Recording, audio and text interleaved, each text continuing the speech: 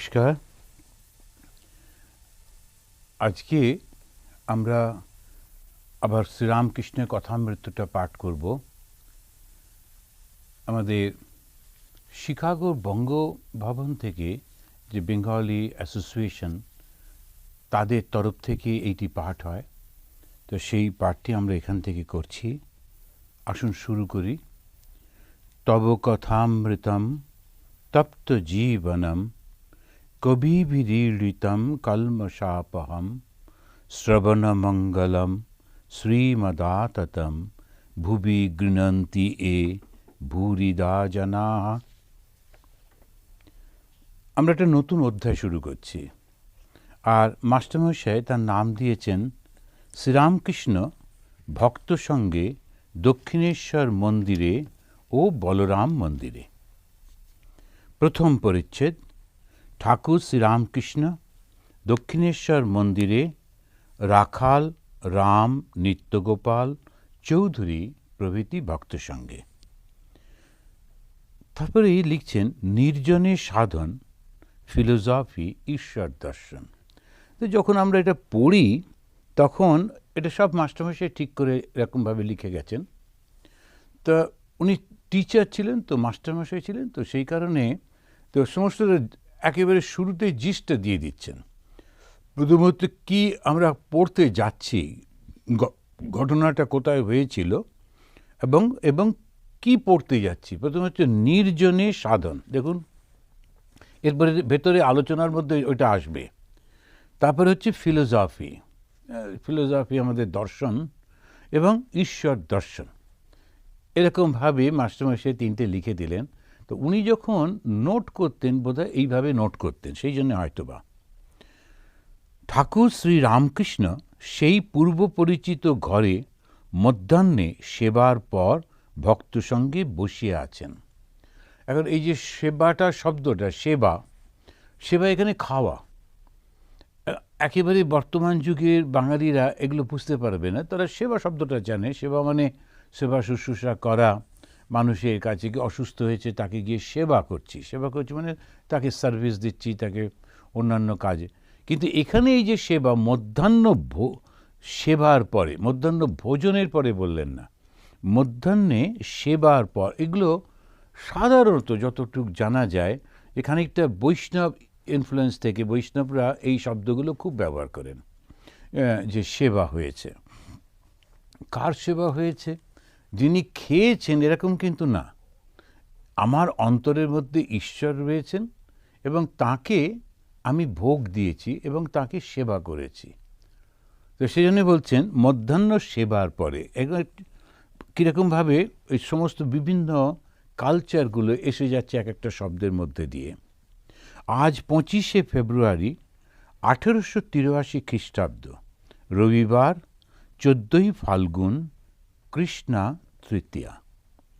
রাখাল, হরিশ, লাটু, হাজরা আজকাল ঠাকুরের পদছায়ায় সর্বদা বাস করিতেছেন।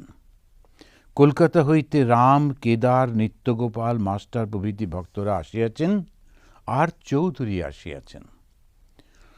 ঠাকুরের পদছায়ায় বাস করিতেছেন মানে ঠাকুরের কাছে আজকাল থাকছেন দক্ষিণেশ্বরে।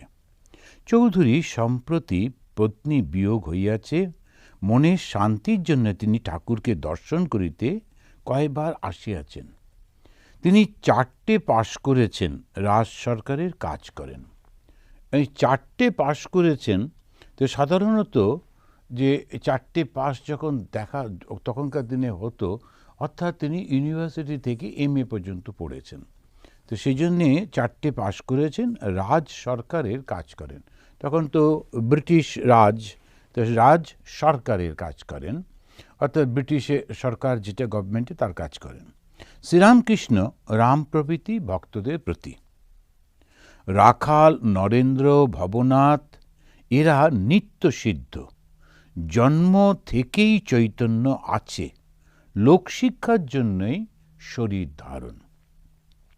রাম প্রভৃতি ভক্তদের প্রতি। এখন রামচন্দ্র দত্ত উনি ডাক্তার ছিলেন। প্রথম জীবনে একটু অসুবিধে ছিল, তখন স্বামী বিবেকানন্দের বাবার কাছে থাকতেন, ওদের বাড়িতে পড়াশুনো করতেন। পরে পরে উনি ডাক্তার হন, পয়সার হয়, ওনার একটা বড় বাড়ি হয়। এখন যেটা ওই বিবেকানন্দ এভিনিউ হয়েছে, স্বামী বিবেকানন্দের পৈতৃক ভিটার পাশ দিয়ে যে বিরাট রাস্তাটা, ওরই মাঝখানে নাকি ওদের বাড়িটা ছিল। ওই যখন রাস্তাটা হয় ওই বাড়িটা ভেঙে দিতে হয়, তো সেই ওখানে ওই বাড়িটা ছিল ইত্যাদি। রামচন্দ্রবাবু খুব অ্যাগ্রেসিভলি ঠাকুরকে প্রচার করতেন, ভগবান শ্রীরামকৃষ্ণ হচ্ছেন ভগবান ইত্যাদি ইত্যাদি। তখনকার দিনের সমাজে উনি বক্তৃতা করতেন, বলতেন টলতেন। ওনার খুব একটা অ্যাগ্রেসিভ ভাবও ছিল। পরবর্তীকালে যখন আমরা এই পুরো জিনিসটা দেখছি তখন মনে হয় ওই যে ঠাকুর তাকে এই অল্প বয়সী ছেলেদের সম্পর্কে বলে দিচ্ছেন, তার কারণ পরবর্তীকালে এরাই কিন্তু সংঘ তৈরি করবে, চালাবে। রামবাবু তাকে পাশ থেকে সাহায্য করবেন। এটা প্রত্যেকটা জায়গায় দেখা যায়। কোনো একটা কোনো মুভমেন্ট হচ্ছে, তো কিছু লোক প্রথম দিকে আসেন, আসার পর তারা করতে থাকেন, পরে তারা ধীরে ধীরে ওটাকে ঘিরে ফেলেন আর তার থেকে বেরোতে দেন না, অন্য কাউকে ঢুকতে দেন না। শ্রীরামকৃষ্ণদেব এই সংগঠন যখন তৈরি করছেন, কেউ জানে না। আমরা তো এটা পড়ছি, আমরা এখন পড়ছি বলে বুঝতে পারছি, কিন্তু দেখুন কিভাবে ইন্ট্রোডিউস করিয়ে দিচ্ছেন ওর মনের মধ্যে কার কার প্রতি, রাখাল, নরেন্দ্র, ভবনাথ প্রভৃতি। রাখাল আর নরেন্দ্রকে আমরা জানি, ভবনাথ পরবর্তীকালে আসেননি। পরবর্তীকালে নরেন্দ্র স্বামী বিবেকানন্দ হচ্ছেন এবং তিনি লিডারশিপ নিচ্ছেন, তিনি সন্ন্যাসী হবেন। আর রাখাল ছিলেন স্ট্রং সাপোর্টার অফ নরেন্দ্র, মুখে কিছু বলতেন না, কিন্তু নরেন্দ্র যা করতেন সঙ্গে সঙ্গে তার পাশে গিয়ে দাঁড়িয়ে যেতেন। এটা খুব দরকার একটা মুভমেন্টে, কিন্তু রামবাবু অতটা চাননি। এটা আপনারা যারা রামকৃষ্ণ মিশন এ সম্পর্কে জানেন, সেই জন্যে ঠাকুর ওর মনের মধ্যে এদের প্রতি একটা শ্রদ্ধার ভাব যাতে আসে বলে দিচ্ছেন। রাম প্রভৃতি ভক্তদের প্রতি রাখাল, নরেন্দ্র, ভবনাথ এরা নিত্য সিদ্ধ, জন্ম থেকেই চৈতন্য আছে। এরা অনেকের থেকে অনেক আগে। আমরা যখন ভাগবত পড়ছিলাম, তো সেই সময় যখন সেই আমাদের পৃথিবী খুব কষ্ট পাচ্ছেন, তখন ব্রহ্মা তাকে সঙ্গে করে নিয়ে গেলেন। নিয়ে যাবার পর তিনি ওখানেতে এই ব্রহ্মাকে বলছেন যে আপনি কিছু করুন। তো মানে ব্রহ্মা বলছেন সেই ভগবানকে যে আপনি অবশ্য কিছু করুন। তখন তিনি বললেন আচ্ছা আমি জন্মগ্রহণ করব, পৃথিবীতে আমি জন্ম। সঙ্গে সঙ্গে ব্রহ্মা সমস্ত অন্যান্য দেবতাদেরও বললেন তোমরাও যাও, ভগবান জন্মাবার আগেই ওখানে যাও, আশেপাশে বিভিন্ন রূপ গ্রহণ করে থাকো। এবং তখন সেই তারা আসছেন। যখন কোনো শ্রী ভগবান যখন লীলা করতে আসেন, অনেক দেব দেবী তারাও আসেন আশেপাশে সব বিভিন্ন রূপ ধারণ করে। তারপরে এমন সমস্ত ঘটনাগুলো ঘটতে থাকে যেন আমাদের মনে হয় তো এই এরকমভাবে নরেন্দ্র সে ওখানেতে জন্মালো, তো তারপরে ওখানেতে পড়াশুনো করলো, বড় হলো, কিন্তু এগুলো সব কিছু আগে থেকে নরেন্দ্র ঠাকুর ওকে দেখে দাঁড়িয়ে উঠছেন। রাখাল তিনি কৃষ্ণের সঙ্গে ছিলেন ইত্যাদি, এরা সমস্ত আসছেন। তাই ঠাকুর বলছেন এরা কিন্তু জন্ম থেকে সিদ্ধ, লোক শিক্ষার জন্যে শরীর ধারণ করছেন। আর এক থাক আছে কৃপা সিদ্ধ, হঠাৎ তার কৃপা হলো, অমনি দর্শন আর জ্ঞান লাভ হয়ে গেল। যেমন 1000 বছরের অন্ধকার ঘর আলো নিয়ে গেলে এক্ষণে আলো হয়ে যায়, একটু একটু করে তো আর হয় না। যারা সংসারে আছে তাদের সাধন করতে হয়, নির্জনে গিয়ে ব্যাকুল হয়ে তাকে ডাকতে হয়। এখন বিভিন্ন অবস্থার কথা বলছেন। একদল যেমন রাখাল এবং নরেন্দ্র, যারা পরবর্তীকালে স্বামী ব্রহ্মানন্দ, স্বামী বিবেকানন্দ ইত্যাদি, এরা নিত্যসিদ্ধ, এদের সাধন ভজন ইত্যাদি লোকশিক্ষার জন্যে। আর একদল আছে কৃপা সিদ্ধ, তারা ভগবানের কাছে আসতেই ভগবান তাকে কৃপা করছেন, বা তারা মন ডাকছে কিন্তু অতটা না হলেও ভগবানের ইচ্ছা হলো তাকে কৃপা করলেন, এক ঝটকায় সব কিছু হয়ে যাচ্ছে। উদাহরণ দিতে গিয়ে বলছেন যে 1000 বছরের অন্ধকার ঘর আলো নিয়ে গেলে এক্ষণে আলো হয়ে যায়, একটু একটু করে তো আর হয় না। সেজন্য ভগবানের কাছে খুব কাঁদতে হয়। যে কোনো অবস্থা থেকে জীবনে যাই করেছি, আমরা প্রথম দিকে তো কিছু করিনি, সুতরাং আর কি হবে, এরকম না। ভগবানের কৃপা কখন হবে কেউ জানে না, কার উপর হবে কেউ জানে না, কখন যে কি হয়। সেই কারণেতে যখনই শোনা গেল যে ঈশ্বর লাভ হয়, ঈশ্বর কৃপাময়, এবং তার পরে পরেই সঙ্গে সঙ্গে করে শুরু করতে হয়, একবার যদি বিশ্বাস হলো, তখন আমি আগে কি করেছি না করেছি ওসবগুলো সব ভুলে গিয়ে খুব করে কেঁদে কেঁদে প্রার্থনা করতে হয়। আর যত আমরা শুনেছি এবং পড়েছি যে চোখের জলে যখন ভগবানকে ডাকা হয়, তো সেইটি ভগবান খুব পছন্দ করেন। আন্তরিকভাবে, এমনি যারা নাটক থিয়েটার করে কথায় কথায় কেঁদে ফেলতে পারে, সেরকম না। ভগবান যেটা ভীষণভাবে বিরক্তি বোধ করেন সেটা হলো হিপোক্রেসি, যেটা নয় সেটা দেখানো, এটা ভীষণ বিরক্ত বোধ করেন। আর যেটা সবথেকে ভালোবাসেন সেটা হলো সরলভাবে তাকে ডাকা। আমি আগে ভুল করেছি, এখন তুমি আমাকে একটু দেখিয়ে দাও, পথ দেখিয়ে দাও, দেখা দাও, দেখা দাও, দেখা দাও। কখন যে কার কি হয় কোনো ঠিক নেই। তাই বলছেন কৃপা সিদ্ধ। আগে কখনো তপস্যা করতে দেখা যায়নি, হঠাৎ দেখা গেল ভগবানের কৃপা লাভ করলো। এরা সব কৃপা সিদ্ধ। যারা সংসারে আছে তাদের সাধন করতে হয়। সাধনা মানে কি? সাধন করা মানে মনটাকে সংসার থেকে তুলে ঈশ্বরেতে রাখা। বারবার বারবার যত আমি পড়ছি, যত বয়স হচ্ছে, যত দেখছি শুনছি, ততই সেটা অন্য কোনো কিছুই নেই, শুধু সংসার থেকে মনটাকে তুলে ঈশ্বরের চরণে রাখা। কখনো গান করছি, ঈশ্বরের সেই গানের মধ্যে দিয়ে ঈশ্বরের চিন্তাগুলো আসছে। কখনো ধ্যান করছি, কখনো কাজ করছি ঠাকুরের, যখন আমি বাসন মাজছি ভাবছি এই থালাতে করে ঠাকুরকে খেতে দেব, কোনো নোংরা যাতে না থাকে, কোনো গন্ধ যাতে না থাকে, খুব সুন্দর করে ঠাকুরের চিন্তা করছি, ফুল তুলছি, মালা গাচ্ছি। অফিসের কাজ করছি, যখন আমি এটা অফিসে কাজ করছি তখন যে সামনের লোকটি, এরাই তো ঈশ্বর ভগবানের রূপে এসেছেন। এরা যখন যেটা দরকার আমি যেটুকু করতে পারি করে দিলাম, এবং সেটা যেন তাতে ভগবান যেন খুশি হয়। আশ্রমে যেমন আমরা আছি, বিভিন্ন আশ্রমে লোকেরা আসেন, আমাদের কাছে আসেন, সব ঠাকুরের কাছে আসেন। তো সুতরাং আমাদের চলাফেরা, হাব ভাব, কথাবার্তার মধ্যে কখনো যেন কোনো অহংকার প্রকাশ না পায়। যে ভদ্রলোক এলেন, যারা যে এলো, তারা হয়তো আমাকে ব্যক্তিগতভাবে পছন্দ করে না, এ হতেই পারে, মানুষের তো জানে না, বুঝতে পারে না, আমার কথাবার্তা ধ্যান ধারণা ওদের পছন্দ হয় না, তো ঠিক আছে। কিন্তু ঠাকুরের কাছে আসছে, আমি খুশি। এই সারাক্ষণ চেষ্টা করে যেতে হয় অহংকারটাকে সরিয়ে রেখে, নিজেকে সরিয়ে রেখে সব সময় ঈশ্বরকে সামনে রাখা। আর ওই চিন্তা, ঈশ্বরের চিন্তা, ঈশ্বরের চিন্তা, ঈশ্বরের চিন্তা। তখন বলছেন ওটা হচ্ছে সাধনা। নির্জনে গিয়ে ব্যাকুল হয়ে তাকে ডাকতে হয়।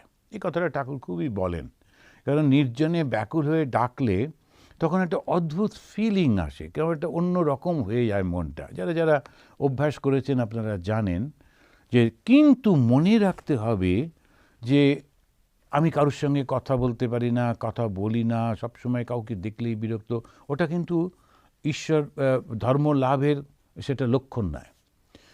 ধর্মলাভের লক্ষণ সবার সঙ্গে সুন্দরভাবে সে মেলামেশা করতে পারে। অনেকে কথা বলতে অতটা পারে না, ঠিক আছে, কিন্তু সে কথাবার্তা শুনতে ভালোবাসে। আমাদের একজন ব্রহ্মচারী ছিলেন, ওই সারাক্ষণ কোনো জায়গায় সবাই বসে গল্প করছে, ও এসে পাশে বসে খুব কথা হলে খুব হাসতো, খুব আনন্দ করত, কিন্তু নিজে কিছু বলতে পারতো না, বা ওরকম অভ্যাস নেই। তা এই জিনিসটি একটু মনে রাখতে হয়। অনেক সময় আমরা ভুল করে ফেলি যে খুবই নর্মাল একটা ব্যাপার, ভগবানের কাছে আমরা যাচ্ছি, অ্যাবনর্মাল কিছু নেই, কিন্তু মাঝে মাঝে একলা একলা খুব করে ভগবানের কাছে কাঁদতে হয়, ডাকতে হয়। চৌধুরীর প্রতি পাণ্ডিত্য দ্বারা তাকে পাওয়া যায় না। এই নানা রকম ভাবে যে আমরা পড়াশুনো করেছি, বিভিন্ন কোটেশন বলছি, তাকে বিভিন্ন সুন্দর ব্যাখ্যা করছি, তো এই পাণ্ডিত্য দ্বারা তাকে কিন্তু পাওয়া যায় না। আর তার বিষয়ে কে বিচার করে বুঝবে? তার পাদপদ্মে ভক্তি যাতে হয়, তাই সকলের করা উচিত। ভগবানকে বিচার করে বোঝা বড় কঠিন। হবে না তা নয়, বিচার তো করে, বিচার তো একটা পথ, কিন্তু বিচার করে তাকে বোঝা বড় কঠিন। তার পাদপদ্মে ভক্তি যাতে হয়, তাই সকলের করা উচিত। সাধারণত আমরা সবাই, আমাদের মধ্যে ভালোবাসা তো থাকেই প্রত্যেকটা মানুষের।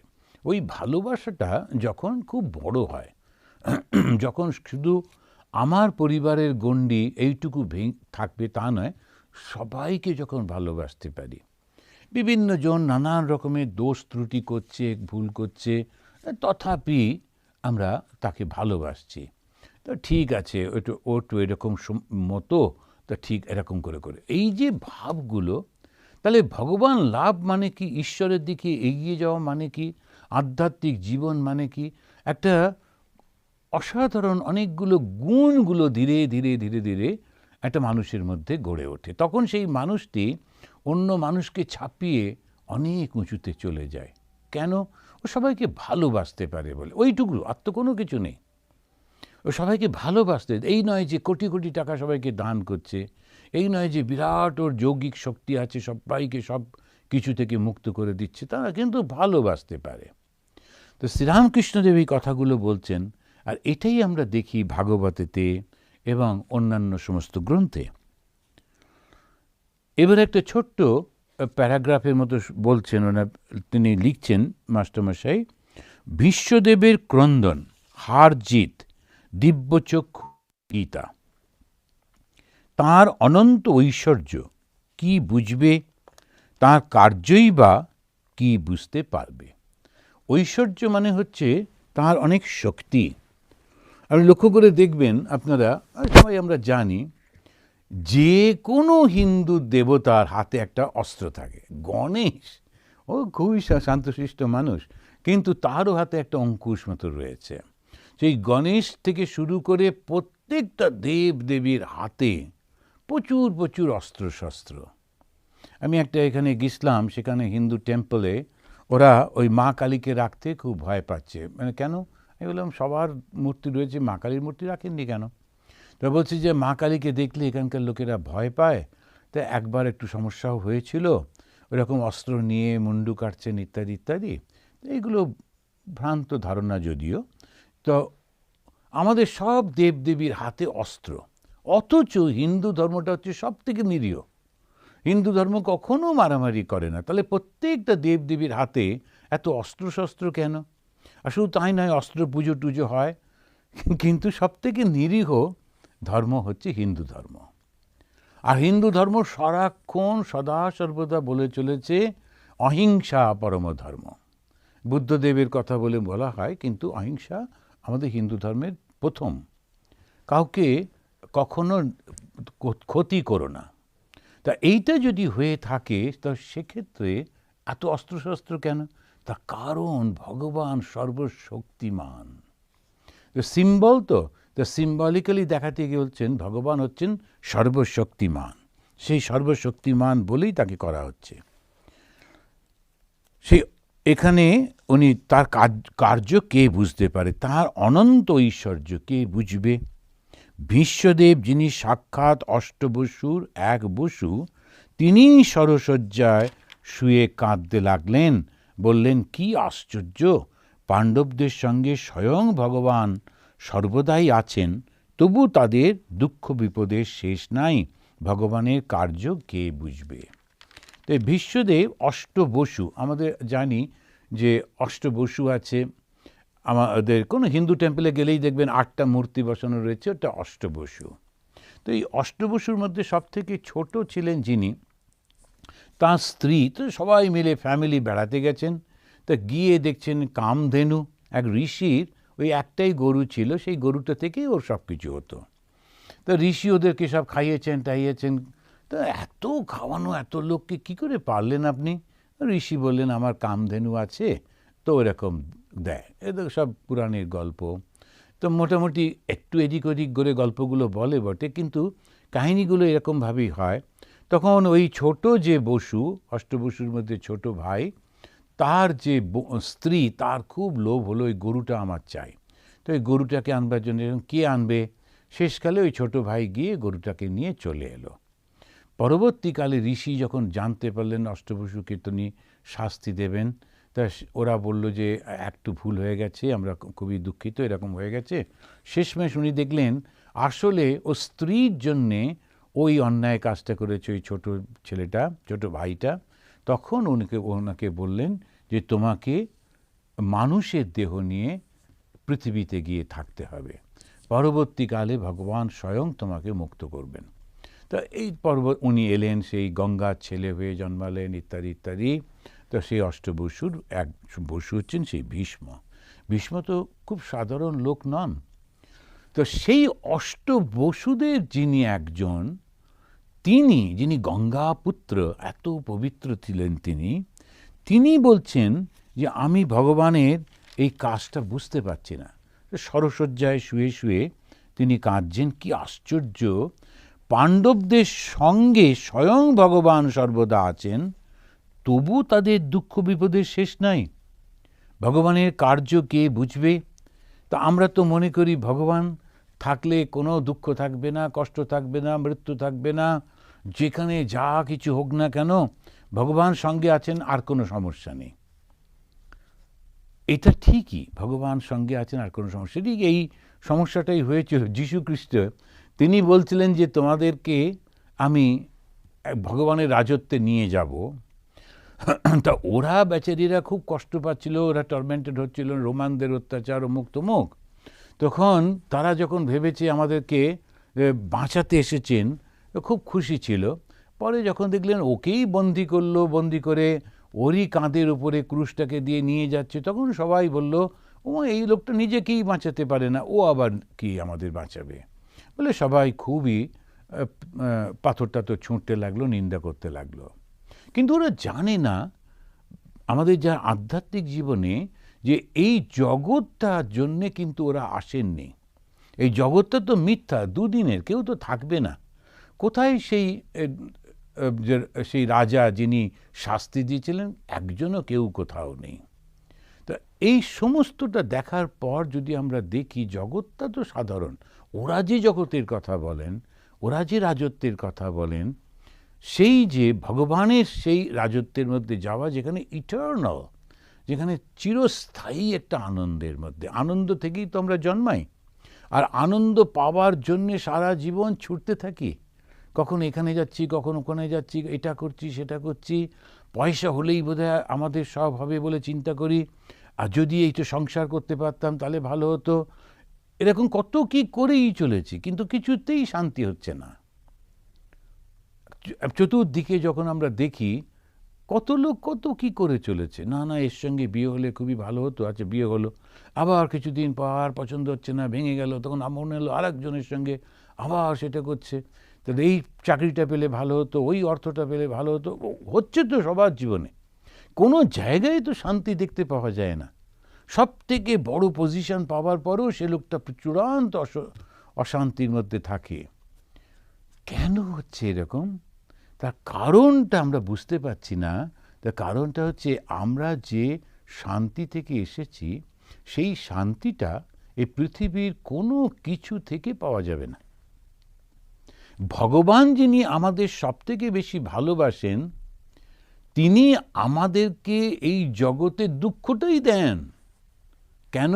যাতে ভুল করে এই জগৎটাকে আপন করে না ফেলি, এই ভুল করে জগৎটার মধ্যে ঢুকে না পড়ি, জগৎটার জন্যে একেবারে প্রাণপণ না করি। ওই জন্যই তো, সেই কারণতে কুন্তী খুব সুন্দর প্রার্থনা করেছিলেন, বলেছিলেন ঠাকুর তুমি কিন্তু আমাকে কখনো এমন সুখ দিও না যাতে আমি তোমায় ভুলে যাই, বরং দুঃখটাই দিও, তাতে আমার সুবিধে হবে, আমি সবসময় তোমাকে ডাকবো, তোমাকে প্রার্থনা করতে পারবো। ভগবান শ্রীরামকৃষ্ণ আর একটা জায়গায় বলেছেন, যদি জানতাম এই জগৎটা সত্যি, তাহলে আমার জন্মস্থান ওই কামার পুকুরটাকে সোনা দিয়ে মুড়ে দিতাম। স্বাভাবিকভাবে এই জগতে সুখ দিতে তিনি পাণ্ডবদের সঙ্গে সঙ্গে রয়েছেন, তথাপি পাণ্ডবদের বিপদের অন্ত নেই। কিন্তু এবার দেখুন, যখন আমরা পড়ি সারাক্ষণ পাণ্ডবরা কিন্তু কৃষ্ণের নির্ভর, পাণ্ডবরা ঈশ্বরের উপর নির্ভর, তাকেই ডাকছেন। কোনো কিছু হলো সঙ্গে সঙ্গে কৃষ্ণ কৃষ্ণ কৃষ্ণ।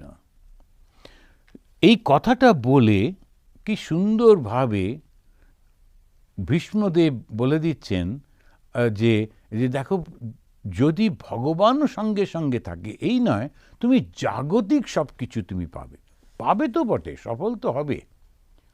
এই যেমন ওরা সফল হলো, এই দুর্যোধন এত কিছু করা সত্ত্বেও কিছুতেই সফল হতে পারল না, ভগবান সঙ্গে ছিলেন বলে। এই 5 ভাই কিন্তু যুদ্ধের শেষে বেঁচেও থাকলো, তাদের মা, তাদের স্ত্রী সবাই বেঁচে থাকলেন এবং সবাই মিলে তারা সংসার করলেন। দীর্ঘদিন সংসার করবার পর তারা চলে গেলেন, সবই কিন্তু করলেন, সবই পেলেন। কিন্তু ওই আগের দুঃখগুলো ছিল বলেই তারা নির্দ্বিধায়, যখনই তার সেই নাতি বড় হলেন, তখন তার হাতে দিয়ে সব চলে গেলেন, তাদের কোনো অসুবিধে হলো না। কেউ মনে করে আমি একটু সাধন ভজন করেছি, আমি জিতেছি, কিন্তু জিত তার হাতে। এখানে একজন একটু খারাপ মহিলা মরবার সময় সজ্ঞানে গঙ্গা লাভ করল। ঠাকুর এইটা বলে আমাদের সাবধান করে দিচ্ছেন যে কিছু লোক আমরা সাধন ভজন একটু করি, ঠাকুরের কাছে ভগবানের কাছে থাকি, একটু মন্দিরে থাকি, আর ভেতরে ভেতরে খুব অহংকার গর্ব হয় যে আমরা অনেক পরিষ্কার, আমরা অনেক পবিত্র। খুব একটা ঢোকে যে না, তুমি এখানে ঢুকবে না, তুমি এখানে বসবে না, তুমি এখানে খাবে না, আমাদের ছুঁয়ো না, এরকম খুব হয়ে যায়। এই ধর্মপথে যখনই ভগবানের দিকে এগোতে থাকি, তখনই ভগবানের মনে এই আমাকে ছুঁয়ে ফেললো, তাড়াতাড়ি করে উনি নানা রকমের বাধাগুলো দিতে থাকেন। আর এই বাধাগুলোর মধ্যে একটা হচ্ছে ভেতরে ভেতরে তার মধ্যে একটা অহংকার ঢুকিয়ে দেন। সেই অহংকারটি কি? যে আমি তো খুব জপ ধ্যান করি, আমি তো শুদ্ধ। ভগবানের হাতে সব কিছু, তিনি সবটা জানেন। সেই জন্যে ওই জীবনের শেষ দিন পর্যন্ত ত্রাহি মধুসূদন মধুসূদন করতে হয়। যে আমি কিছুই জানি না, কি একটু জপ ধ্যান করলাম তো কি হলো? জপ ধ্যান করার সঙ্গে সঙ্গে এই ভাবটাও এসে গেল যে আমি তো ঈশ্বরের নাম করি, ওরা করে না। ওরা করে না বটে, কিন্তু হয়তো প্রাণে ভয়ে ভগবানকে ডাকে, তুমি আমাকে রক্ষা করো। আর তো ভগবানের ইচ্ছা হলো ওকে রক্ষা করবেন, তিনি কি আমাকে জিজ্ঞেস করে এসব করবেন? তুমি তো 100 জপ করেছিলে, আচ্ছা 8টা করোনি, যাকে পরে করে নিও, 108 জপ, এরকম করে করে কি কথা হয়? যেন ঠাকুরের এই কথাগুলো আমাদেরকে ভীষণভাবে সাবধান করে দেয়। বিশেষ করে যারা একটু ধর্মপথে আছে, যারা সাধু হয়েছেন, ব্রহ্মচারী হয়েছেন, খুব অহংকার হয়ে যাবার খুব সম্ভাবনা। আমরা একটা এত বড় রামকৃষ্ণ মিশন অর্গানাইজেশনের মধ্যে থাকি তো, আর একটা বড় বড় পজিশনে এসে যাই, কিছুই করিনি, হঠাৎ করে দেখলাম একটা বিরাট বড় প্রতিষ্ঠানের আমি মাথায় বসে আছি। ওই প্রতিষ্ঠানটা তৈরি করতে যে লোকবল, যে অর্থবল, নানান রকম, আমি কিছুই জানতাম না, আমার দ্বারা হতোও না। আগে কোনো একজন সাধুরা এসে সব বানিয়ে দিয়ে গেছেন, আমি তার মাথায় বসে আছি, এসে বসিয়ে দিল। এবারে সব লোকেরা আসছে, প্রণাম করছে, মহারাজ আপনার কী দেবো, কী করব। আর আমি মনে করছি আমার জন্যে সবাই করছে, ভীষণ ভয়ঙ্কর হয়ে যায়। তখন খুব গম্ভীর হয়ে ঘোরা, যেন ভগবানের সঙ্গে নিরন্তর যুক্ত রয়েছি, সুতরাং আমি সবার সঙ্গে কথা বলতে পারছি না, অন্যদের দিকে তাকাচ্ছি না। খুব ভুল হয়ে যায়, খুবই ভুল হয়ে যায়। তো ওইটা ভীষণ সাবধানে, সাধু ব্রহ্মচারীদের বিশেষ করে খুব সাবধানে থাকতে হয়। আবার ঠাকুরের ভক্ত যারা আসেন, কিছুদিন আসার পর ওরা আবার ওটাকেই নিজেদের একটা ঘর বাড়ি বানিয়ে, আর যাতে কেউ না আসতে পারে, আর যাতে কেউ না শুনতে পারে, এরকমভাবে একটা ছোট্ট গ্রুপ তৈরি করে সেটাকে আটকে রাখতে চেষ্টা করেন। তো ভীষণ ভুল হয়ে যায়। এই জন্যে ঠাকুর বলছেন এটা ভীষণ ব্যাপার। একটা অতি সাধারণ মহিলা, তিনি পর্যন্ত মরবার আগে এখানে সজ্ঞানে গঙ্গা লাভ করলেন। শেষ মুহূর্তে তাকে অন্যান্যরা হয়তো খারাপ চোখে দেখতেন, তার বেঁচে থাকার জন্যে তাকে শরীরটা বিক্রি করতে হতো, কিন্তু সে হয়তো মনে মনে ভগবানকে খুব করে ডাকত, সেটা কে জানে। সেজন্যই তিনি বললেন সজ্ঞানে গঙ্গা লাভ করলেন। এবারে চৌধুরী জিজ্ঞেস করছেন তাকে কি রূপে দর্শন করা যায়? শ্রীরামকৃষ্ণ: এ চোখে দেখা যায় না, কিন্তু দিব্যচক্ষু দেন তবে দেখা যায়। অর্জুনকে বিশ্বরূপ দর্শনের সময় ঠাকুর দিব্যচক্ষু দিয়েছিলেন। এই যে আমাদের এই যে সাধারণ যে চোখটির সঙ্গে দিব্যচক্ষুর পার্থক্যটা কি? আমরা যখন এই চোখটা আমরা এই চোখ দিয়ে তাকে দেখতে পাই না, কিন্তু দিব্যচক্ষু দেন, তার মানে আমাদের চোখের যে সিস্টেমটা দেখার ওটা তো একই থাকে। অর্জুনের কি নতুন করে চোখ দেওয়া হয়েছিল? বা যখন ভগবান শ্রীরামকৃষ্ণ শ্রী মা কালীকে দেখলেন নতুন কোনো চোখ বসানো হলো? তা তো নয়। তো দিব্যচক্ষু মানে কি? মনের চিন্তাটা পাল্টে যায়। যখন আমরা চিন্তা করছি এই জগতের, তখন সেইটা আমাদের এই সাধারণ চোখ দিয়ে দেখছি। চোখটা তো একটা ইনস্ট্রুমেন্ট, কিন্তু দেখছে তো সেই আমাদের মনটা। এখন এই মনটা যখন পাল্টে গেল, মনটা মানে সেই চিন্তাটা পাল্টে গেল, ভাবনাটা পাল্টে গেল, যখন আমি এই ভাবটাই থাকলো না, তখন কি থাকে? যা থাকে যে দেখেছে সেই বোঝে। ওটা এত সাবজেক্টিভ, এত একেবারে নিজের থেকে অনুভব করতে হয়, অনুভবের দ্বারা সেটা বুঝতে পারা যায়। যেমন ভাগবতে বলছেন মুখ আস্বাদনবৎ। আমাদের নারদ ভক্তি সূত্রে বলছেন যখন ভগবানের প্রতি ভালোবাসাটা আসে, সেই ভালোবাসাটা এত ভালোবাসা হয়, তো কীরকম আনন্দ হয় ভেতরে। তখন বলছেন মুখ আস্বাদনবৎ, একটা অদ্ভুত শব্দ ব্যবহার করলেন। মুখ মানে যারা কথা বলতে পারে না, তা সে তো কথা বলতে পারে না, তার আনন্দটা প্রকাশ করতে পারছে না, বলতে পারছে না, কিন্তু তার চোখে মুখে শরীরের মধ্যে আনন্দটা একেবারে ফেটে পড়ছে, ভেতরের আনন্দটা ওইভাবে। তা আমরা যখন যারা ভগবানকে দেখে তাদের ওই আনন্দটা হয়, কিন্তু কিভাবে দেখে? দিব্যচক্ষু। দিব্যচক্ষুটা কীরকম জিনিস? মনের মধ্যে অহংকারটা থাকে না। মনের মধ্যে অহংকার না থাকলে তখন সবই তো ভগবান। এই চোখ দিয়েই দেখছি, কিন্তু তখন সেই আমার এই বোধটা না থাকায় তখন সেটা দিব্য হয়ে যাচ্ছে, দিব্য চক্ষু দিয়ে দেখতে পাচ্ছি। তোমার ফিলোসফিতে কেবল হিসাব কিতাব করে, কেবল বিচার করে, ওতে তাকে পাওয়া যায় না। ফিলোসফি মানে এরা তো শিক্ষিত লোক, MA পাস টাস করে এসছেন, তখনকার দিনে ক্যালকাটার MA পাস মানে একটা বিরাট পড়াশুনো। তখন সেই সব বলতে গিয়ে তিনি বলছেন ফিলোসফি তো শুধু বিচার করে চলেছে। এখন উপনিষদ সিদ্ধান্ত বাক্য, সিদ্ধান্ত গ্রন্থ, ওখানে কিন্তু তুমি বিশ্বাস করো না করো, বুঝতে পারলে কি পারলে না, ওটা নিয়ে ওর মাথা ব্যথা নেই। উপনিষদ শুরুই করে দিলেন একেবারে ঈশোপনিষদ, যেমন তিনি বলছেন একেবারে প্রথম লাইনটাই বলছেন ঈশাবাস্যম ইদম সর্বম যৎকিঞ্চ জগত্যাম জগৎ। এই জগৎটা সমস্ত ঈশ্বরে ব্যাপ্ত হয়ে রয়েছে। কেন ব্যাপ্ত হয়ে রয়েছে, কি করে ব্যাপ্ত হয়ে রয়েছে, ঈশ্বর বলতে তুমি কি বোঝো, যে এই সব কথা ও বলছে না। এবারেও পরবর্তী লোকেরা এলো, এবার তারা ব্যাখ্যা করতে লাগলো, যার জন্যে ওই শব্দটার উপরে রামানুজ একরকমভাবে বলছেন, শঙ্করাচার্য আর একরকম বলছেন, মাধ্বাচার্য আর একরকম বলছেন, বিভিন্ন সমস্ত ফিলোসফি তৈরি হচ্ছে, দর্শন তৈরি হচ্ছে। জন্য দর্শন নানান রকম আলোচনা করে। এই তো সিদ্ধান্ত দিয়ে দিচ্ছে এইটাই এই রকম। যে অনুভব করবে সে জানতে পারবে, আর যারা অনুভব করতে পারে না, হয়নি, তখন এক একটা পথ ধরে বুঝে বুঝে যাওয়ার চেষ্টা করতে থাকে। তো একটা হচ্ছে কি, ওই যে ভগবান প্রথমেই বলে দিলেন কৃপা সিদ্ধ। সে বলল ঠাকুর আমি তো তোমাকে জানি না, তুমি কি আমাকে একটু কৃপা করবে? এই যে একটা সুন্দর গল্প আছে, যেমন আমাদের চৈতন্য মহাপ্রভু তিনি বসে বসে রামায়ণ এই গীতা পাঠ করছিলেন, তো একজন পড়ছে আর উনি বসে আছেন চুপ করে শুনছেন। আর একটি লোক ও দূরে বসে বসে কাঁদছে। যখন পাঠ হয়ে গেল, যখন ওকে জিজ্ঞেস করা হলো যে হ্যাঁ গা তুমি এই যে পাঠটা হলো তুমি বুঝতে পারলে? বলে, আজ্ঞে না, আমি সংস্কৃত বুঝতে পারি না। তখন বলছেন, তাহলে তুমি যে কাঁদছিলে, বলে, ওই যে তোমরা বইটা পড়ছো, ওই বইটার প্রথমে মানে কভারে একটা ছবি রয়েছে। সেই ছবিতে দেখছি আমার ভগবান কৃষ্ণ তিনি গাড়ি চালাচ্ছেন তার ভক্তের জন্যে। অর্জুন তার ভক্ত, তো তার জন্যে তিনি গাড়ির ড্রাইভারও পর্যন্ত হয়েছেন।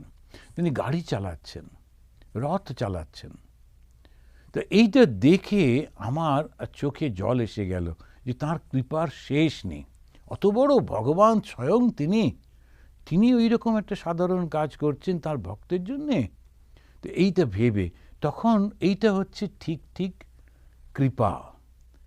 তার ভেতরে ওই যে ভাবটা, ওই যে ভালোবাসাটা এত প্রবলভাবে এসে গেল যে তার সমস্তটা পাল্টে গেছে। তখন শুধু সে ভালোবাসায় কাঁদছে। ওইটার জন্যেই ঠাকুর বারবার বলছেন ওই রকম ভালোবাসা না হলে হয় না। ফিলোসফি নানানজন নানান রকম বলে যাচ্ছে, কত লোক যে এসেছে, কত রকম কথা যে হয়েছে, কত যে দর্শনের উপর টিকা টিপ্পনী, তার শেষ নেই। প্রত্যেকে নিজের মতো করে পড়ছে আর বুঝছে আর বলছে, আমরাও বলছি। এখন ধরুন আমাদের যে ভক্তরা, তারা যদি নিয়ে একটা ঈশাত্মানন্দ দর্শন তৈরি করে, আমি যেগুলো বলছি সেগুলো সব নিয়ে একটা করে আমরা সব এনার শিষ্য বলে একটা করতেই পারে। তখন আবার একটা দল হলো। তো এরকমভাবে নানান রকম কত কত কত দল হয়েছে, আর যারা ওই দলের লোক তারা আবার শুধু এইটাই নিয়ে চলে। এরকম কত যে দল হয়েছে তার কোনো ঠিক ঠিকানা নেই। আরও ভবিষ্যতে হবেই হবে, কারণ এরকমই চলতে থাকে। কিন্তু সত্যিকারের যারা ভগবান দর্শন করেন ওরা খুব সহজ, ওরা সহজ সরল লোক। ওদের অতর মধ্যে যায় না। ঈশ্বর আছেন, তাকে দেখা যায়, তার সঙ্গে কথা বলা যায়, এইটা শুধু শুনেছে। সরল বিশ্বাসে রোজ তার কাছে ডেকে চলেছে, মধুসূদন দেখা দাও, মধুসূদন দেখা দাও, সেই কাহিনীগুলোর মতো। আর কিছু জানে না, কোনো রকম তার মধ্যে লুকোচুরির ব্যাপার নেই। আর তার ফল দেখা যাচ্ছে, ভগবান তো প্রত্যেকের কথা শুনতে পান, প্রত্যেকের আকুতি তিনি পান। তখন এই ভেতর থেকে, তার মধ্যে থেকে সমস্ত জগতের সব চিন্তাগুলোকে দূর করে দেন। আর যখন জগতের দূর হয়ে যায় তখন একটা অসাধারণ ভাব আসে।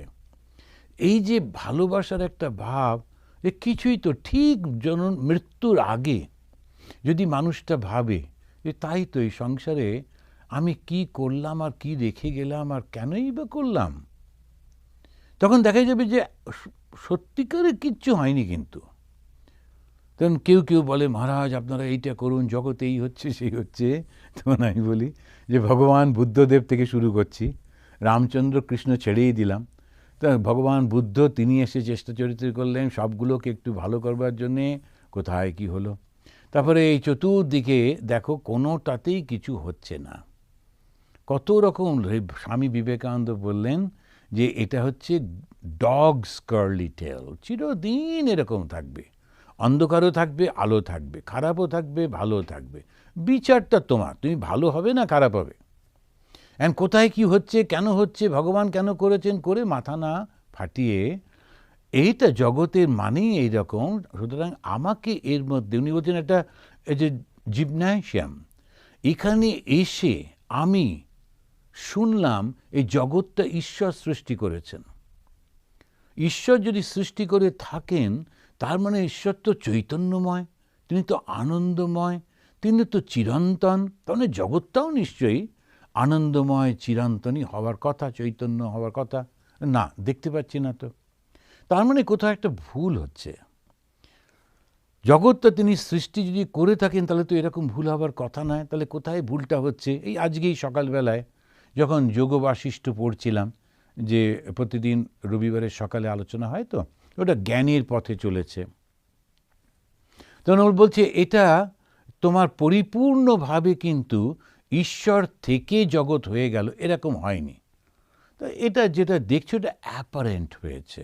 বিবর্তবাদ বলে একটা, ওই যে দর্শনে বলে ঠাকুর বললেন ফিলোসফি, বিবর্তবাদ হলো একটা, হচ্ছে পরিণামবাদ আর একটা হচ্ছে বিবর্তবাদ।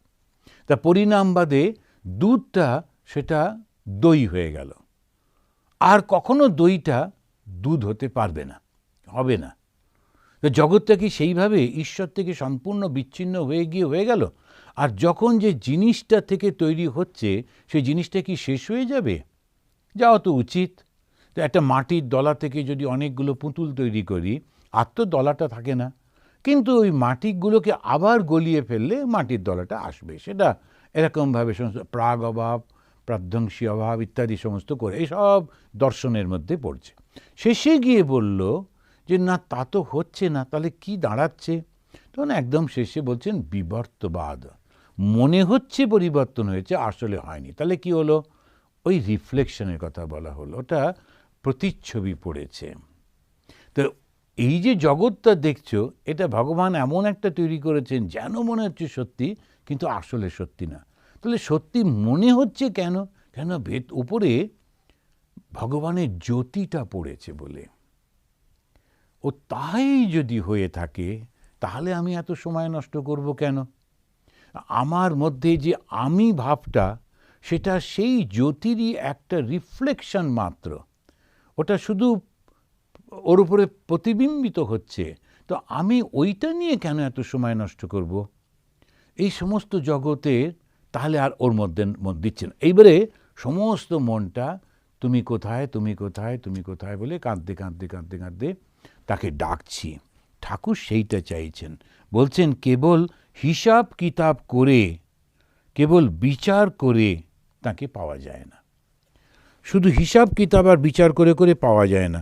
যদি রাগ ভক্তি হয়, অনুরাগের সহিত ভক্তি, তাহলে তিনি স্থির থাকতে পারেন না।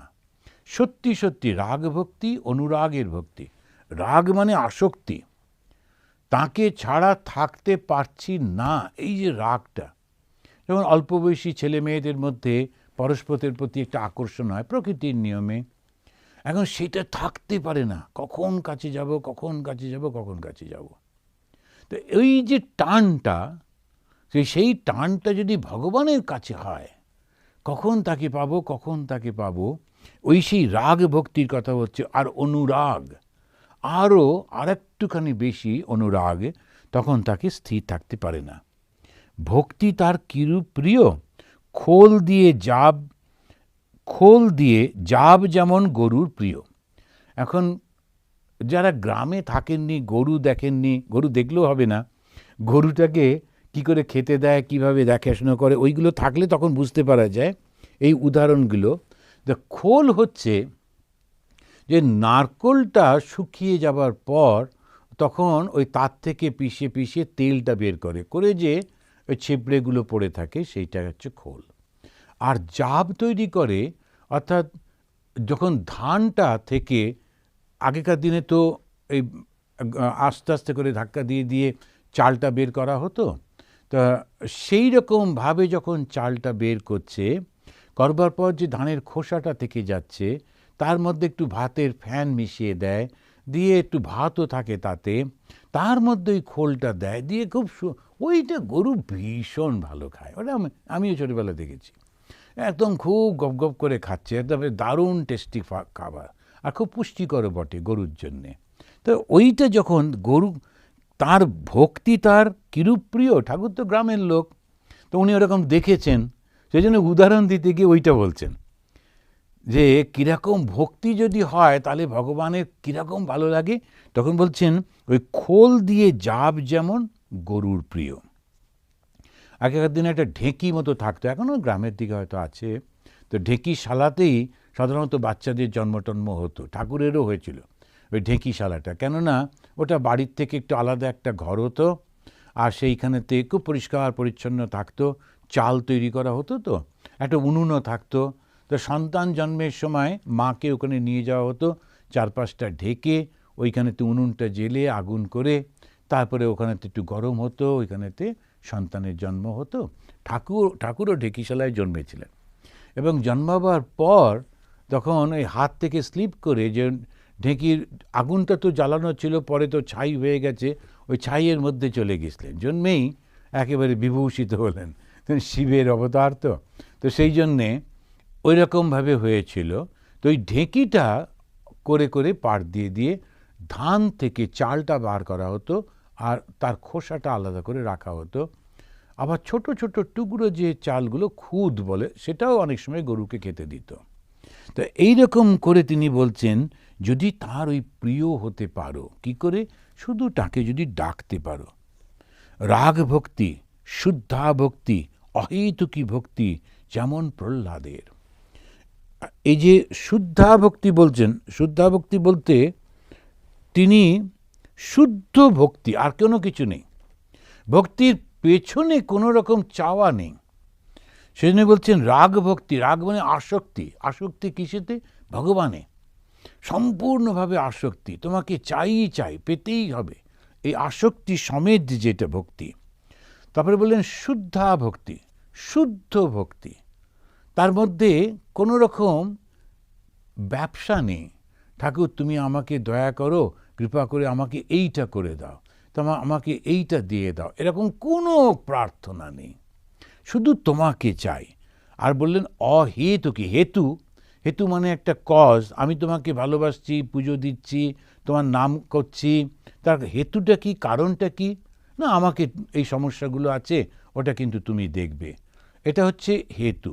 যখন এইগুলো থাকে না, অহেতুকি ভক্তি, শুদ্ধা ভক্তি, রাগ ভক্তি, যেমন প্রহ্লাদের বলে একটা উদাহরণ দিলেন।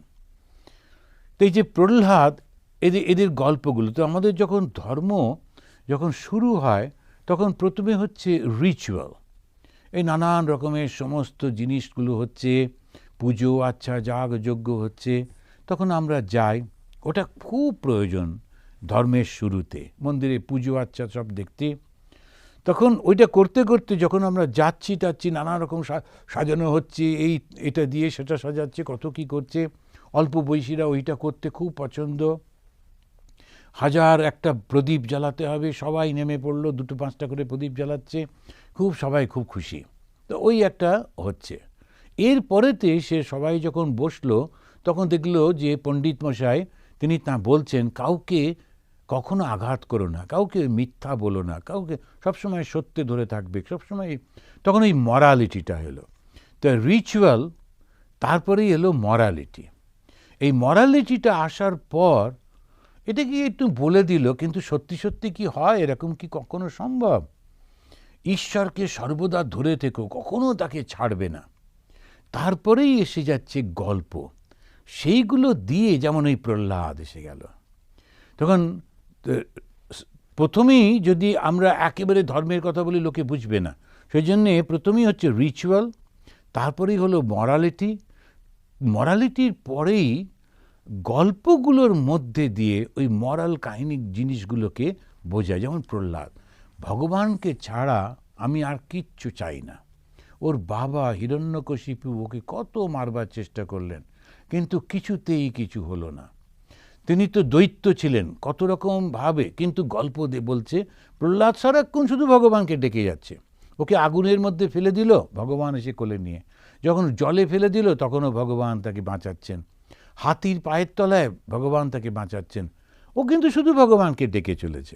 ওই জন্যে ঠাকুর বলছেন যে যখন শুদ্ধা ভক্তি হয়, ও কিন্তু আর কিছু চাইছে না, আমাকে রাজা করে দাও, আমাকে কিছুই চাইছে না, শুধু ভগবানকে ডাকছে। অহেতুকী ভক্তি, যেমন প্রহ্লাদের। এর পরে হচ্ছে ফিলোসফিটা, ওটা তখন বিভিন্ন কথা দিয়ে বুঝিয়ে বুঝিয়ে দেয় যে কেন এইটা করলে এরকম হয়, এটা করলে এরকম হয়। একটা ধারণা নিয়ে চলছিলাম, একটা ভাব ছিল, এবারে ঠিক বুদ্ধি দিয়ে বুঝলাম, হ্যাঁ ঠিকই, এটা গেলে রাস্তাটা, ফিলোসফি। তারপরে স্পিরিচুয়ালিটি। তা আমাদের এই যে পরপর পরপর করে 5টা আমার যেটা মনে হয়, সেটা প্রথমেই হচ্ছে রিচুয়াল, তারপরে মরালিটি, তারপরেই ওই ওই গল্পগুলো আসছে, যে শব্দটা ভুলে যাচ্ছি, তারপরে হচ্ছে আমাদের ফিলোসফি, ফিলোসফির পরেই হচ্ছে স্পিরিচুয়ালিটি। তো এই 5টা পরপর যখন আমাদের সামনে আসে, তখনই আমরা বুঝতে পারি ঠিক ঠিকভাবে যে গ্রোথটা হচ্ছে, স্পিরিচুয়াল গ্রোথটা হচ্ছে। তুমি বড়লোকের কাছে কিছু চাও না, কিন্তু রোজ আসো, তাকে দেখতে ভালোবাসো, জিজ্ঞাসা করলে বলো আজ্ঞার দরকার কিছু নাই, আপনাকে দেখতে এসেছি। এর নাম অহেতুকী ভক্তি। তুমি ঈশ্বরের কাছে কিছু চাও না, কেবল ভালোবাসো। এখন এই যে ভালোবাসাটা ভগবানের কাছে, আমি শুধু তোমার কাছে আসি, তোমাকে ভালোবাসি, আর সেই ভদ্রলোকও কিন্তু যার কাছে আমরা যাচ্ছি কিছুই চাইছি না, ওরই মনে হবে ও কিচ্ছু চায় না, আচ্ছা ওকে একটু আমি দেখি, ওকে একটু দেবো, ভালো জিনিসটা থাকলে ওর জন্যে রেখে দাও। ও ছেলেটি আসে, কখনো কিছু চায় না, তো ওইটা আমরা দেবো ওনাকে। তো এইভাবে সেই ভগবানের কাছে কিছু না চাইলেই, শুধু গিয়ে চুপ করে তাকিয়ে থাকলেই, আর খুব ভালোবাসার সঙ্গে ভেতরে আছে নানান রকমের ইচ্ছা, কিন্তু আমি মুখে চাইছি না, তাতেও কিন্তু হবে না। ভগবান তো মনটাই পড়েন, ভগবান তো মনটা দেখতে পান, ভেতরে নানান রকম আছে, একবার সামনে দেখা দিলেই টকটক করে সব বলবো, ওই রকম হবে না। ভগবানকে বোকা বানানো যায় না। সত্যি সত্যি কোনো কিচ্ছু নেই ভেতরে, শুধু ভগবানকে ভালোবাসি। এই জন্যে এই রাগ ভক্তি, অহেতুকী ভক্তি ভীষণ কঠিন। ওই অবস্থা পড়ে তারপরে ঠাকুর গান করছেন, বলছেন আমি মুক্তি দিতে কাতর নই, শুদ্ধা ভক্তি দিতে কাতর হই। আমার ভক্তি যে বা পায়, তারে কে বা পায়, সে যে সেবা পায় হয়ে ত্রিলোক জয়ী, ইত্যাদি সুন্দর করে গানটা করছেন। শুদ্ধা ভক্তি এক আছে বৃন্দাবনে, গোপ গোপী বিনে অন নাহি জানে, অন্যে নাহি জানে। ভক্তির কারণে নন্দের ভবনে, পিতা জ্ঞানে নন্দের বাধা মাথায় লই। মূল কথা ঈশ্বরে রাগানুরাগা ভক্তি আর বিবেক বৈরাগ্য। এখন নন্দ তিনি ছিলেন গোপেদের রাজা, যারা ওই গরু পালন করত, বিরাট একদম, তাদের তিনি কর্তা ছিলেন, মাথায় ছিলেন, মুখিয়া। তা এই তাঁর ঘরেতে স্বয়ং ভগবান কৃষ্ণ এলেন। এবারে যেহেতু নন্দ এবং যশোদা তারা এত ভালোবাসতেন কৃষ্ণকে, সেই কারণে কৃষ্ণ বলছেন, এই গানের মধ্যে দিয়ে বলছেন, ভক্তির কারণে নন্দের ভবনে পিতা জ্ঞানে, নন্দকে ভগবান তিনি নিজের পিতার মতো মনে করে নন্দের বাধা মাথায় বই, নন্দ যেটা বোঝা বেঁধে দিয়েছে ভগবান সেটাই মাথায় নিয়ে যাচ্ছেন। তা ওটা বলতে গিয়ে গানের মধ্যে দিয়ে বোঝাচ্ছে, ভগবান যখন কাউকে ভালোবাসেন তখন এতটা তিনি তার জন্যে করেন। মূল কথা ঈশ্বরে রাগানুরাগা ভক্তি আর বিবেক বৈরাগ্য। চৌধুরী তখন বলছেন, মহাশয় গুরু না হলে কি হবে না? শ্রীরামকৃষ্ণ সচ্চিদানন্দেই গুরু। এখন এই যে কথাটা গুরু না হলে হবে না, পরে আরেকটা জায়গায় আমরা দেখেছি, এমনকি শঙ্করাচার্য পর্যন্ত তিনি গুরুকরণ করছেন। এই যে গুরুকরণ পদ্ধতি, এটার একটা প্রয়োজন আছে, তার কারণ সচ্চিদানন্দই হচ্ছেন গুরু। শ্রীরামকৃষ্ণ বলেন, এটা সত্যি কথা, কোনো মানুষ কেউ গুরু হতে পারে না। মানুষের সাধ্য কি অন্য আরেকজনকে এই ভবসাগর থেকে মুক্ত করে দেবে? ঈশ্বর ছাড়া কারুর শক্তি নেই।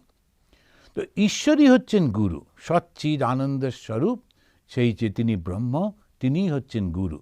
তা গুরু সেই ধ্যানেতে, গুরুর গানেতেও বলছেন, গুরু ব্রহ্মা গুরু বিষ্ণু গুরুদেব মহেশ্বর গুরুরেব পরম ব্রহ্ম। সমস্ত যেটা ব্রহ্ম, যিনি সর্বভূতে ব্যপ্ত হয়ে রয়েছেন, সেই চৈতন্য, তিনিই হচ্ছেন গুরু। আবার সেটাই ব্যক্ত হচ্ছে যে তিনটি রূপের মধ্যে দিয়ে, নাম আর রূপের মধ্যে দিয়ে, গুরু ব্রহ্মা, গুরু বিষ্ণু আর গুরুদেব মহেশ্বর। গুরুরেব পরম ব্রহ্ম তস্मै শ্রী গুরবে নমঃ। সচ্চিদানন্দেই গুরু, কিন্তু ওইটা মানুষের মধ্যে দিয়ে আসে। কিন্তু সমস্যা হয় কি করে গুরু চিনব? আর যেগুলো একটু দুষ্টু প্রকৃতির হয় তারা ভীষণ ভালো ব্যবহার করতে পারে, কথাবার্তা চাল চলন এমন যে মানুষকে মুগ্ধ করে দেয়। তবে ওটা দুর্ভাগ্য ওদের পাল্লায় গিয়ে পড়লে, সেই জন্যে ওইটা দেখতে হয়। তা সবসময় বলা হয় কেমন করে চিনব? সেই মানুষটার মধ্যে স্বার্থপরতা যদি থাকে তাহলে জানবেন ও কিছুতেই গুরু হতে পারে না। আত্মীয় স্বজন, তারপরে পরিবার পরিজন, ওর ছেলে একটা গুরু, মেয়ে একটা গুরু, বউ আর একটা গুরু, বউয়ের মা আবার একটা গুরু, নানান রকম বিরাট একটা জমিদারি নিয়ে বসে আছেন আর গুরু বাবাজি, তখন একটু সাবধান হতে হয়। এগুলো খুব তা না হলে ভুল হয়ে যায়। কিন্তু মাথার মধ্যে ঢুকিয়ে দেয়, ওই চিন্তার ভাবনার মধ্যে ঢুকিয়ে দেয়, না না এটা এইভাবেই গুরু হয়, এরকম ইত্যাদি। নিজেকে বিচার করতে হয়। এই ব্যাপারে আর কিছু বলা যায় না, নিজের বুদ্ধি বিচার দিয়ে দেখতে হয়। যিনি ভগবানকে শুধু ভালোবাসেন তিনি সবাইকে ভালোবাসেন, কেন তিনি জানেন ভগবান সব সৃষ্টি করেছেন, তার কাছে অন্য কোনো ছোট কিছু থাকবে না। তা যিনি নিঃস্বার্থপর এবং যিনি সবাইকে ভালোবাসেন, ওই ঠিক সঠিক গুরু। ওর মধ্যেই ঈশ্বরের অনুভব হয়েছে এবং উনি ঠিকভাবে ঈশ্বরের পথে পরিচালনা করতে পারেন। রোজ আমার কাছে আসবে, রোজ এইটা করতে হবে, এরকম কোনো কিচ্ছু নেই। ভগবানের নামটা দিলাম, এইবারে তুমি ভগবানের নামটা নিয়ে ভগবানের সঙ্গে যুক্ত হয়ে যাও। আর রোজ তিনি তার শিষ্যদের জন্য প্রার্থনা করেন, কিন্তু কোনো কিছু আশা করেন না শিষ্যের থেকে। শিষ্যরা অবশ্য করে, তারা দেয়, সেটা তাদের জন্য। কিন্তু ঠাকুরও বলছেন যখন সাধুর কাছে যেতে হয় খালি হাতে যেতে নেই, কেন ওদের তো অন্য আর কিছু নেই, তো থাকবে কি করে, আর চাইবেও না। সুতরাং ওই একটু কিছু নিয়ে যেতে হয় সঙ্গে করে, যাতে ওদের আশ্রমটা চলে, এইটুকু। তো এইটা যে গুরুকে না পেলে হয় না। কেন হয় না? যেমন আমরা যখন একদম ছোট্ট বাচ্চা যখন হাঁটা শেখে, তখনও তার একটা গুরু থাকে, তার মা তার হাত ধরে হাঁটাচ্ছেন, কিংবা মাসিমা, কিংবা কেউ একজন। তারপরে যখন আমরা একটু বড় হই, যেমন আমরা সেই ছোটোবেলায় যখন সাইকেল চড়া, তখন আবার একটা গুরু থাকে, একজন সে ধরে সাইকেলটা নিয়ে চড়িয়ে শিখিয়ে দেয়। এরকম করে করে করে প্রত্যেকটি শিক্ষাতে যদি গুরু থাকে, আর ধর্মশিক্ষায় গুরু থাকবে না? ধর্মশিক্ষায় অবশ্য গুরু দরকার। তবে হ্যাঁ, এটা কিন্তু খুব বিচার করে নেবেন। ওই লোকের কথা শুনে হই হই করে গিয়ে দীক্ষা না নিয়ে ভালো করে বুঝে নিতে হয়। রামকৃষ্ণ মঠ মিশনের যেটা আছে, আমরা সবসময় মনে করি ভগবান শ্রীরামকৃষ্ণই হচ্ছেন গুরু। সেই জন্য দেখবেন আমাদের ওই সন্ধেবেলায় ওই বলা হয়, স্বামী বিবেকানন্দই ঠিক করে দিয়ে গেছেন, বলে দিয়ে গেছেন যে গুরু মহারাজ কি জয়, মানে ভগবান শ্রীরামকৃষ্ণ। তাহলে অন্যান্য যারা, তারা হচ্ছেন, ওরা বলেন যে জলটা সেটা তো আকাশ থেকে আসছে, কিন্তু একটা ট্যাঙ্কে জমছে এবং সেইটাই পাইপের মধ্যে দিয়ে আসছে। ওই গুরু হচ্ছেন ওই পাইপগুলো, যাদের মধ্যে দিয়ে তুমি জলটা পেলে, তৃষ্ণার্ত জল পেলে, কিন্তু ওই জলটা যে পাইপ দিয়ে এলো ওই পর্যন্ত। পাইপটাকেও আমরা ভালোবাসি, শ্রদ্ধা করছি, কেননা তার মাধ্যমেই তো এলো। পাইপ বলতে আমি গুরুকে বোঝাচ্ছি, তার মাধ্যমেই তো এলো, তাই তাকেও আমরা ভালোবাসি, তাকেও ভক্তি করি। কিন্তু আসল গুরু হচ্ছেন সচ্চিদানন্দ। সব সাধনা করে ইষ্ট দর্শনের সময় গুরু সামনে এসে পড়েন আর বলেন, ওই দেখ তোর ইষ্ট। এটা সব সাধনা, এটা এক কথা বলছেন। তো সেটা হচ্ছে যখন তন্ত্র সাধনার একটা সাধনা হচ্ছে সব সাধনা, তারপর গুরু ইষ্টে লীন হয়ে যান।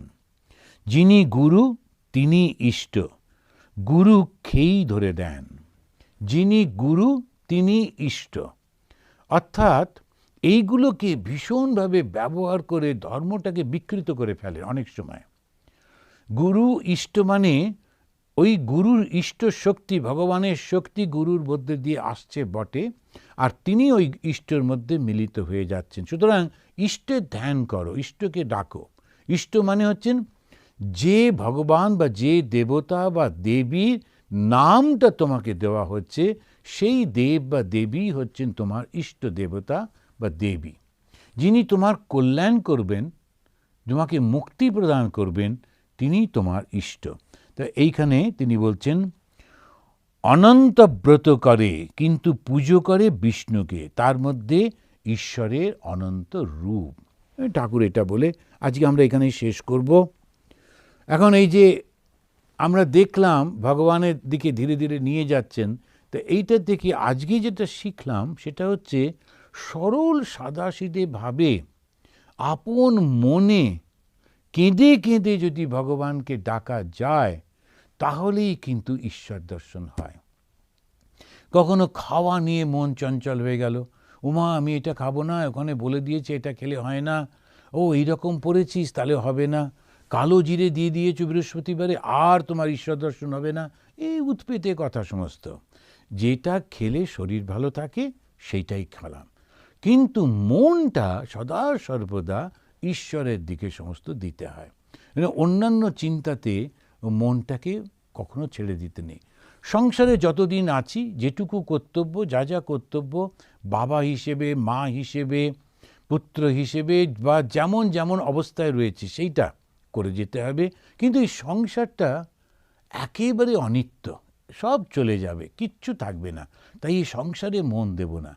এই সংসার যার থেকে সৃষ্টি হয়েছে, যিনি করেছেন, শুধু তাকে ডাকতে হবে। তুমি এই সংসারের পেছনে দাঁড়িয়ে আছো, লুকিয়ে আছো, এই সংসারটা সরিয়ে দাও আমার থেকে, তুমি আমার সামনে এসো। ছোট শিশুর মতো ডাকতে পারলেই ঈশ্বর লাভ হবে। এটা ঠাকুরের কথা, হবেই হবে। আজ আসুন আমরা ঠাকুরকে প্রণাম করে এবার শেষ করি। নিরঞ্জনম নিত্যম অনন্তরূপম ভক্তানুকম্পা ধৃতবিগ্রহম বৈ ঈশাবতারম পরমেশমিড্যম তম রামকৃষ্ণম শিরসা নমামহ। ওম শান্তি শান্তি শান্তি। হরি ওম তৎসৎ। শ্রীরামকৃষ্ণ अर्पणमस्तु।